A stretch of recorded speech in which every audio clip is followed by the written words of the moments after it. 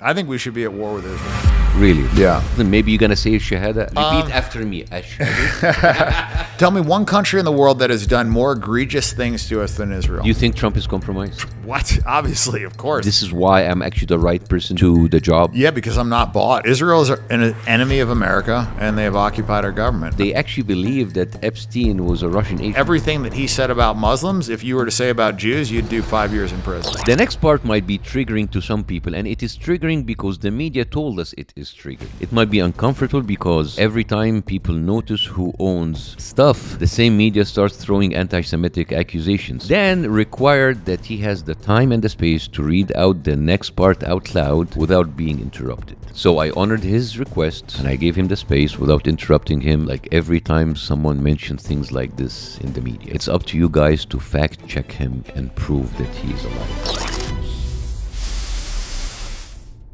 Yeah, let's see what's owned by Jewish Zionists. So we have Facebook, Instagram, WhatsApp, Threads, Oculus, Meta AI. That's all owned by Meta. Meta is controlled by Mark Zuckerberg, who is a Jewish Zionist. Alphabet controls Google Search, YouTube, Android, Gmail, Google Maps, Google Cloud, Chrome, Deep Play, DeepMind, Waymo. Alphabet is controlled by Larry Page and Sergey Brin. TikTok, the U.S. algorithm, cybersecurity infrastructure is controlled by Oracle. Oracle is controlled by Larry Ellison, who's a Jewish Zionist. Hookup apps. Match Group owns Tinder, Hinge, OkCupid, Match.com, Plenty of Fish, The League, BLK, Archer, Our Time. That was founded by Barry Diller, who's a Jewish Zionist. Grindr was founded by Joel, I can't even pronounce his last name, who's a Jewish Zionist. Bumble was founded by Whitney Wolf Herd, who is a Jewish Zionist. Porn, OnlyFans, owned by Leon Radagowski, whatever, who is a Jewish Zionist, donated a ton of money to AIPAC. Vixen Media Group owns Black Rod, Vixen, Tushy, Deeper, tons of sites founded by Greg Lansky, who's a Jewish Zionist. Allo owns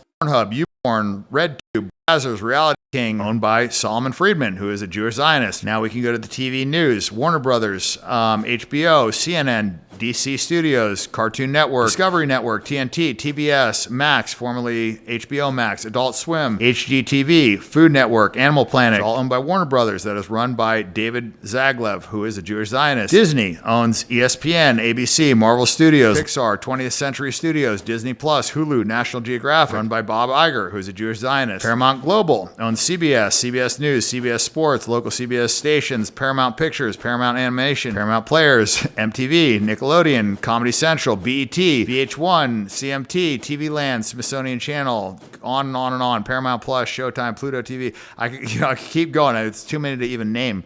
Owned by Sherry Redstone, who is a Jewish Zionist. AI Data Centers, Sam Altman is Jewish Zionist. I could go on and on. Oracle, Java, Meta, all this stuff. Larry Ellison, who's Jewish Zionist. But maybe because they are better at business. Why are you assuming that it is a conspiracy? This is a very dangerous accusation. Do you know the statistical improbability of that being? Well, you're the gambling guy. Yeah, it's statistically impossible. It's like basically hitting a 50-1 shot over. Maybe they're smarter. And over and over. Maybe they're just no, work they're harder. not, because Asians score statistically higher. There's more Asians than American. Asians don't have 1/1000th of the influence. So it's not because of that. You just talked about Thomas Messi and his funding. Mm-hmm. How about your funding? What about it? Are you are a rich man, you're a wealthy man, are you self-funded? Are you looking for donors? Yeah, so I'll put some money in. We've raised about $250,000 with small dollar donors. We've got some larger donors that are interested in doing it. I mean, it's tough. It's like people are scared to associate with an aggressive message like I have. Mm-hmm. And that's one of the hurdles that we're going to face. But look, I kind of just decided to do this because I felt like it was the right thing to do. Look, it's like a school project. It's like if nobody wants to pitch in, it's not going to get done. I'm volunteering, and or maybe you look at it like going into battle, right? Like, I'm willing to go into battle. I'm just, you got to get me there, right? So you got to pitch in for the gas on the plane. And if you pitch in for the gas on the plane, I'll fight this battle. I don't really want to fight a battle. You die in battle. It's not fun. But somebody's got to go. You talk a lot about our money, our tax money being sent to Israel, to the Israeli military. Do you feel with your immediate circles and when you travel and you meet people that people are like regular people, regular folks, everyday folks are waking more and more to this fact? Or do you think that they are opening their eyes to a new reality, that it is becoming apparent to them than it wasn't there before? Absolutely. Maybe not 50% of America, but critical mass has been reached. And with social media and with people's ability to communicate and the information being packaged in such a short form, consumable format where they can transfer a ton of information in 15 seconds, everybody's going to know within the next year or two. It's inevitable. It doesn't matter what they do. There's too much information out there. Too many people know now. So whether or not everybody realizes it now, or whether or not they'll figure it out in the next year or two, like they will figure it out. It's just a matter of time. Do you feel that our First Amendment right, its way to being compromised? Do you think it's being affected when you talk about this particular topic about how Israel is controlling our politics? 100%. I mean, if you look at the laws that Randy Fine passed, like what? Everything that he said, well, he passed anti-Semitism laws. So everything that he said about Muslims, if you were to say about Jews, you'd do 5 years in prison. Like, the streets shall run with the, blood of the Palestinians, let's nuke them all, kill them all. Muslims are lower than dogs. If you said those things about Jews, you would literally be thrown in prison. So I don't know how you have a more hypocritical double standard than that. And he's the one that implemented the laws.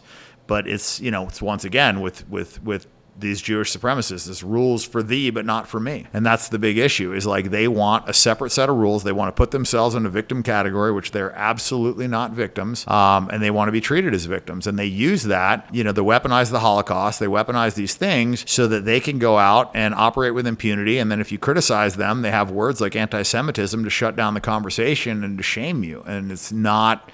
we're not dealing with a factual argument. We're dealing with you say something that's true and they say you're an anti-Semite. They don't even address the claim. They just shut it down with anti-Semitism, which, is kind of like a, propaganda style way of dealing with criticism. What went through your mind when you saw American college students being beaten up on the campus of Columbia University, UCLA, because they were protesting Israeli investment, Israeli involvement? They just wanted Israeli money outside of... They're not talking about like Jewish money, just Israeli money. And for me, this was the height of hope, and it was the beginning of despair when I saw that happening. When I saw people revolting in colleges, like that's it. The young people, Gen Z, waking up, and then I saw how they crushed the protest like you see in a third world country or in a not so free country. That was something that's out of a playbook of like South Korea. I think it's very telling, right? I mean, how do they treat the people that were rioting for Black Lives Matter? They're burning down police stations, they're rioting, they're destroying physical infrastructure, people's businesses, and that was all fine. But if you criticize a foreign country, we're gonna mace you, hog tie you, and throw you in jail. I mean, if that doesn't tell you what's going on, it's like, who are you going to believe? Like, the news or your lying eyes? It's kind of like, I don't know how it could be any more clear. Do you feel, because when I come from a third world country, they tell me, oh, you have state-run media. You have state-run media. So I tell them, yeah, and you have a state-run media. It's just a different state. I'm talking to people like that go to the gym every day, or like I meet them. The people who are not like involved in the bubble, and they actually believe that Epstein was a Russian agent. Yeah, I mean, I don't know how you would believe that if you looked into it at all. I mean, there's a lot of stupid people. That's the but is it thing. Stupid, or just because the media, American media, don't hold back the truth? They just magnify certain truth and they bury others. They will report that there was an attack on the mosque, but then they will follow it by talks about anti-Semitism. It is how they flood you. I had this conversation with an American politician, and he said, well, the regular, everyday American citizen doesn't care about wars in the Middle East. They care about things like gun shooting and healthcare. And it's like, yes, because that's what the media is talking about. You are basically have reduced people's attention or refocused their attention on what you want them to focus about. And that's why you come with the claim they're stupid, or they don't know, or they don't care. Yeah, I mean, Denzel said if you watch the news, you're misinformed, and if you don't watch it, you're uninformed. So what do? It's kind of like, I think if you watch, yeah, you're uninformed. Yeah, you're right. Yeah, so it's like you either see nothing or you see the wrong thing. It's like, what do you do? And it's not about reporting the truth. It's just like, hey, let's get something out there. Let's get clicks. We don't care, who it hurts, whatever. Let's just, publish it, print it, get it out. I think that's one of the big problems that we have, is there's no accountability with the media as well. There's no accountability with politicians, no accountability with the media. I came from America, from Egypt, and I found out that if you join BDS, the movement to boycott Israel businesses, according to federal governments, you are not allowed to get government contracts without actually pledging allegiance to Israel for a local government job in your state. I think it's like 38 states out of 50, which is, for me, was freaking crazy. Have like someone who, like a government contractor, have to actually pledge allegiance to a foreign country. Israel is an enemy of America, and they have occupied our government. I mean, it's that simple. Do you still stand behind what you said to Alex Jones, that like you will actively cut the aid to Israel? At a minimum. I think we should be at war with Israel. Really? Yeah. That's a very strong statement, man. Yeah. That is a very strong Will statement. you tell me one country in the world that you think would be... Tell me one country in the world that has done more egregious things to us than Israel. I mean, somebody would say Iran. What has Iran done to us? When have they ever attacked us? But Israel did. Yes, we know they did. USS Liberty, Levant affair. I mean, there's insane amounts of evidence of 9/11, of JFK. I mean, like, those are okay. Those are But not now proven. people those say, are not proven. people will say this is conspiracy theory. Okay, well, the USS Liberty and Levant affair are absolutely unequivocally not conspiracy theory. That's them attacking us, and it was proven false flag attacks. So either one of those, we should have gone to war with them. You attack a U.S. ship for an hour and a half. You machine gun life rafts. You napalm the deck. Try and kill American soldiers.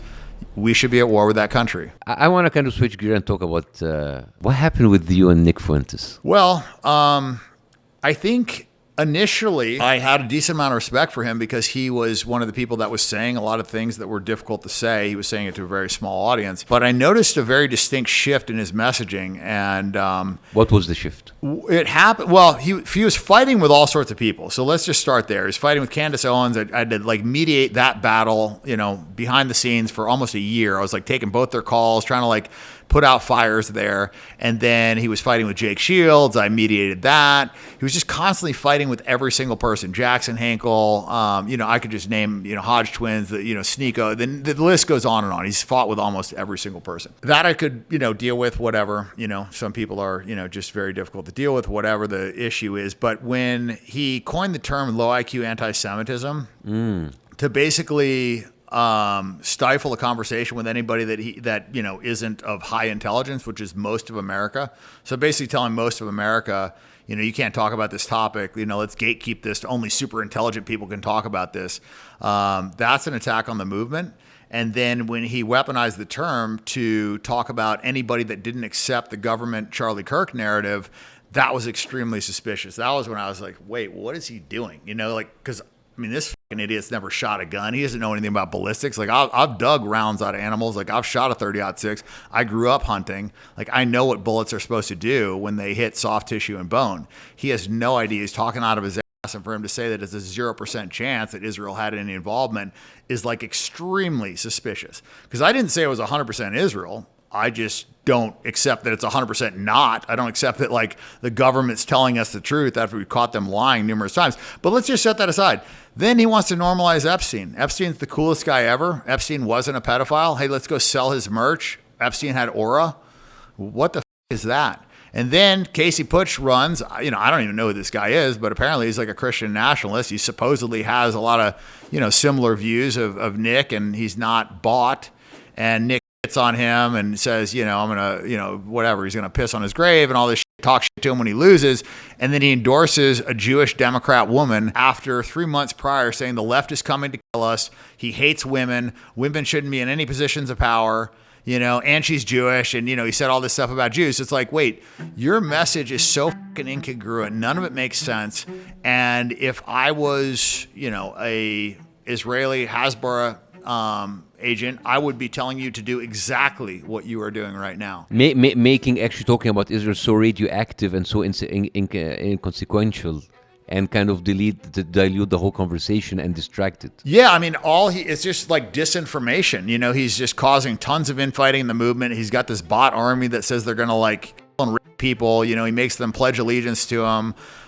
He's clearly this, this gay kid LARPing as a, Christian conservative, which he's not. He bashes women, so, discourages people from getting married and having kids. And, he's basically just like, if you were to send in a destructive force for young impressionable men, you would send in Nick Fuentes. Do you think that will be that is the chip in the pager?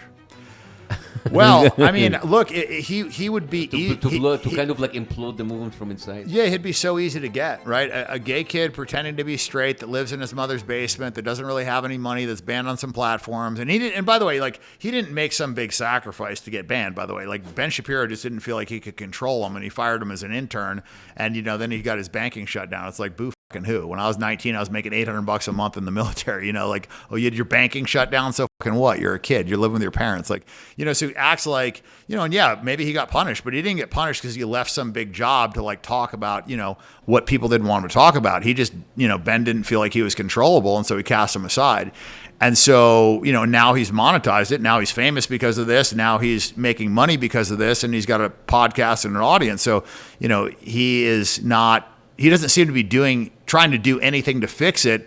He's now profiting from it, while at the same time causing a bunch of problems and, infighting and giving people bad information. He came out and talked about like you talking him as like, how can we, how did you like talking like how should we Netanyahu or something like yeah. So he basically said that like I invited him over to the house, took his phone, and then asked him how to Israelis. Like, this is like, he's basically like accusing me of doing things illegally publicly. I mean, like, if this doesn't prove the guy's a Fed, I don't know what does. Because, like, yeah, I have like Navy SEAL, Delta Force operatives that are my friends. Like, if I wanted advice on like how to kill somebody, I wouldn't go to a 27-year-old twink, right? I mean, the thing is, you have to understand, he's like locked himself in the basement for 27 years and he's studying geopolitics, and he only talks about that, in the time that he's not watching gay porn. So, like, when you do one thing for 27 years straight, like, you're going to get good at talking about geopolitics, but that doesn't mean that he's smart, and that doesn't mean that he has good takes. And part of intelligence is crunching data and then making a decision based on the data that you've taken in. And you can't crunch data and make a decision that Stalin is a cool guy, and you like Stalin, or that Epstein's not a pedophile, or that Epstein's the coolest guy ever. Like, you don't crunch the data and come to those conclusions. So I don't think that he's nearly as intelligent as people think that he is. So people might use the same exact logic and say, well, Tucker Carlson is a controlled opposition. There's CIA, like Candace Owens, we cannot trust her. Maybe they are leading us on, and then we will discover at a certain point they are not different than Nick Fuentes. What do you think? Well, okay, so what's more likely, that Nick Fuentes, the gay kid, the gay choir kid living in the basement, is the guy they flipped, or they flipped Candace Owens, they flipped Tucker Carlson, they flipped me, they flipped Elon Musk, they have all of us, because all four of us call them a Fed publicly. So it's not like it was one of us, and I didn't come to this, conclusion lightly. So, I did my due diligence, and it's not just us. It's not just the four of us. There's a lot of people who have said that. Those are just the most famous four people that have said it publicly.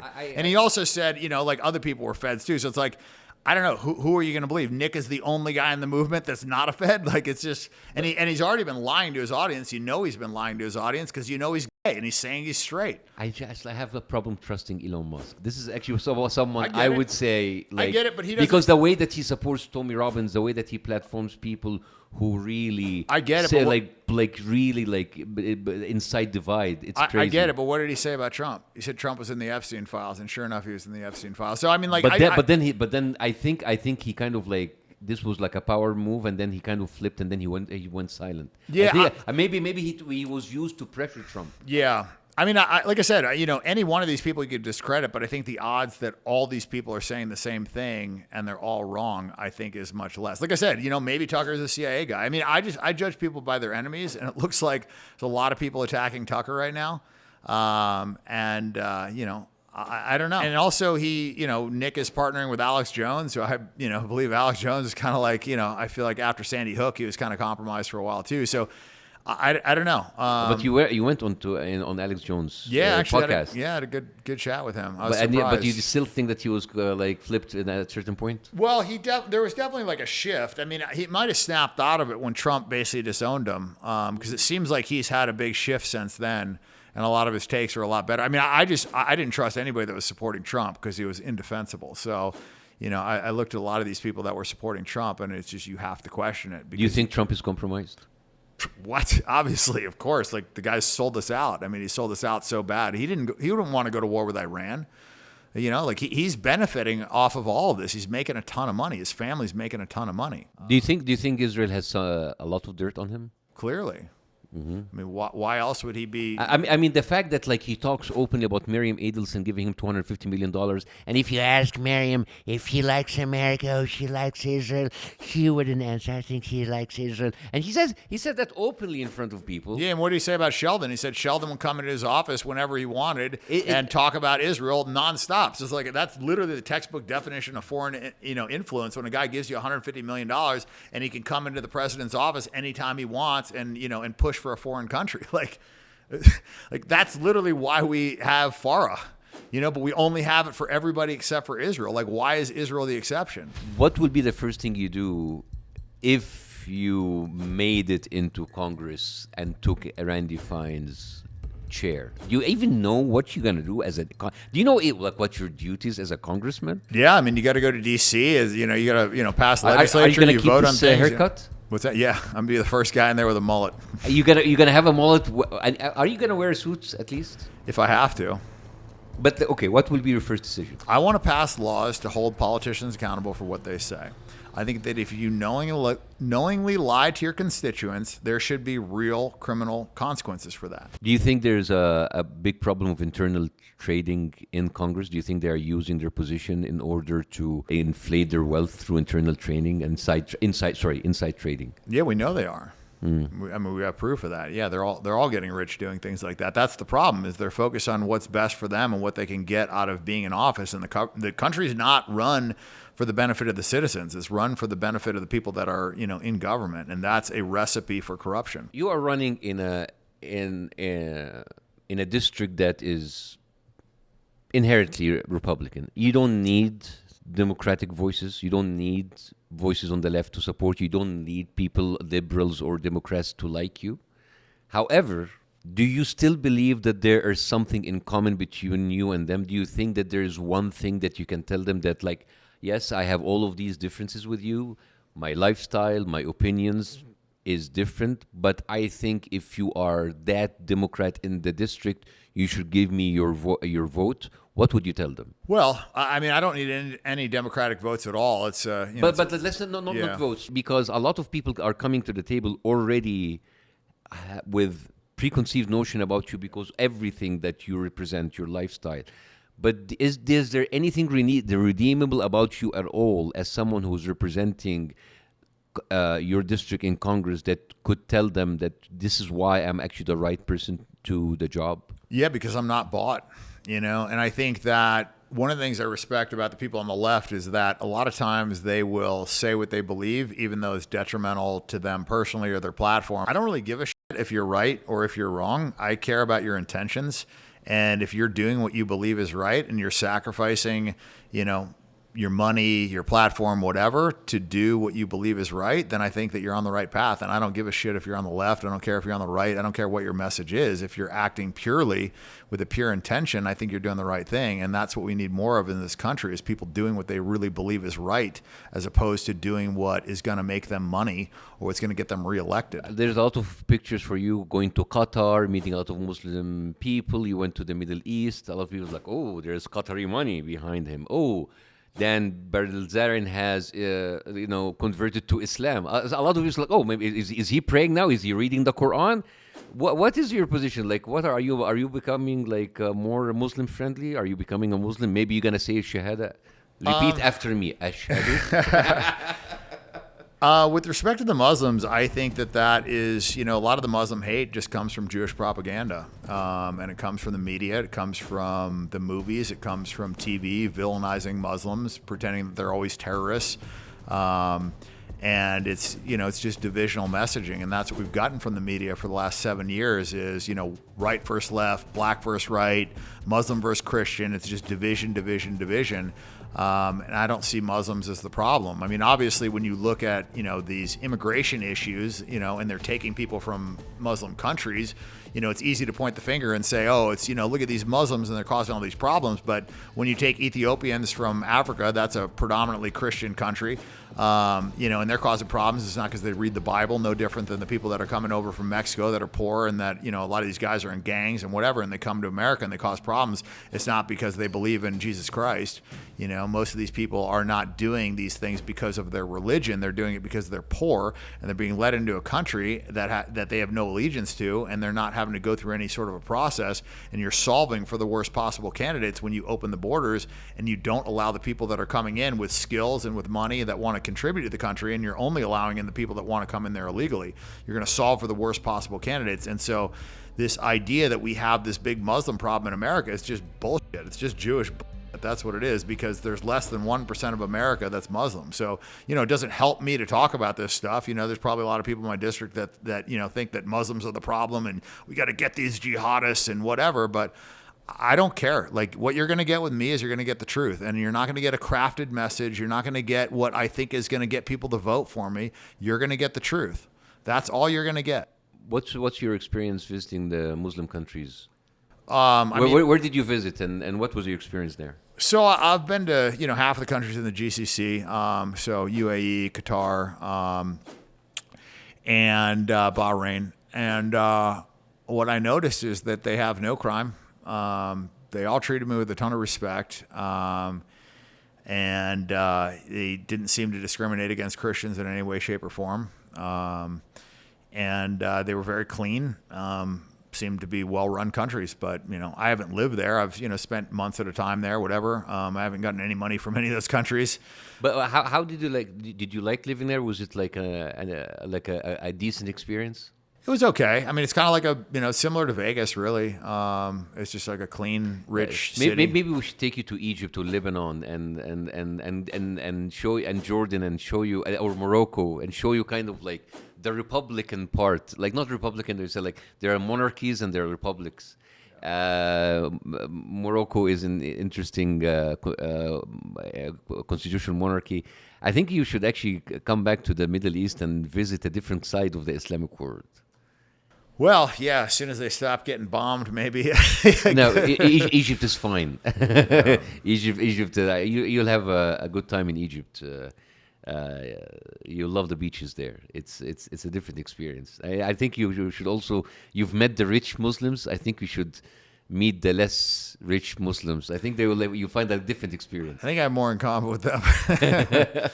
Yeah, the rich guys seem like they're all bought and paid for.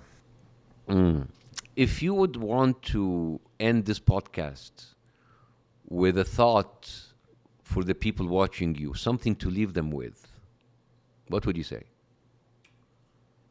I would say focus on happiness and helping other people instead of focusing on pleasure seeking or hedonism. I think it'll be easier to get happiness and it'll last longer. What's the difference between happiness and pleasure? Pleasure functions like a drug. It's a very sharp, direct spike, but it's fleeting and you cannot hang on to it. It's one of those things where even if you do more and more, it'll eventually go away. Whereas happiness, every time you see your cat or your kid or whatever it is that you love, you're going to be happy, and it's not going to diminish. In fact, it'll probably increase with time. So happiness is something that you can build on. Hedonism is not. I never thought of you as a cat person. I am a cat person. Both of us are cat daddies. You have two cats. What are the names of the cats? I actually I had 4. I got 3 now. I had 3, okay. Yeah, I got Luis, Thelma, and Muffin. Oh my God. Yeah. I have fish and chips. Okay. Yeah, no, I've seen your cats. They're fine animals. Dude, something else. Cats are something else, right? Well, Egyptians looked at them like pretty much gods. I mean, if you, if you did, I find myself worshiping them every day. They got their. I think they cast a spell on us somehow. Yeah, I think it helps you with women too. It helps you understand women, because if you like chase after the cat, it's going to run away. You got to wait for the cat to just kind of come to you, and it's it's a very interesting animal. I find them fascinating. They're like some of the best hunters. And you got to earn their affection. It doesn't just earn the trust. Yeah, it doesn't just come with feeding them like it does with a dog. Yeah.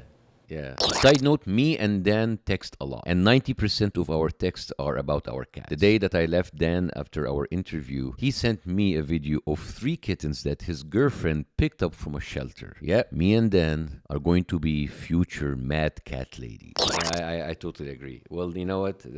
At least this is one thing we have in common: Yeah. our love to cats. So, like, you know, And I Palestinians. yeah, yeah. Yes, but by the way, I get there's a lot of my friends, Palestinians and Arabs, especially Palestinians, who said, like, you know what, we don't care about what you did in your life. The fact that you actually standing up and talking about us, for them, it's they really appreciate it, and they feel that they have been betrayed by everybody. So their appreciation for anybody who speaks up is even more compounded when they see that. It's just like they feel that. Like, you have some. Have you met Palestinian people? Have you talked to them? Some, yeah. I mean, I just feel like we have right now just a true battle between good and evil. I don't think it's ever been more obvious. And I also think that people are getting punished for doing the wrong things faster. I think there's more like karmic retribution. And I don't know. There's no way that you can look at what is going on with Israel and Palestine and, you know, think that it's anything other than a genocide and a one-sided war. And so it's really going to come in, and it's a good litmus test too, because it's not convenient to talk about it. You get punished for saying, you know, standing up for them, whatever. It's, you know, but it's clearly the right thing to do. Thank you, Dan. Thank you so much for watching my interview with Dan Bilzerian. If you want to support me doing more of these interviews, please join this link to receive exclusive content and plans about some of my future projects. Your support is very important to me. Thank you.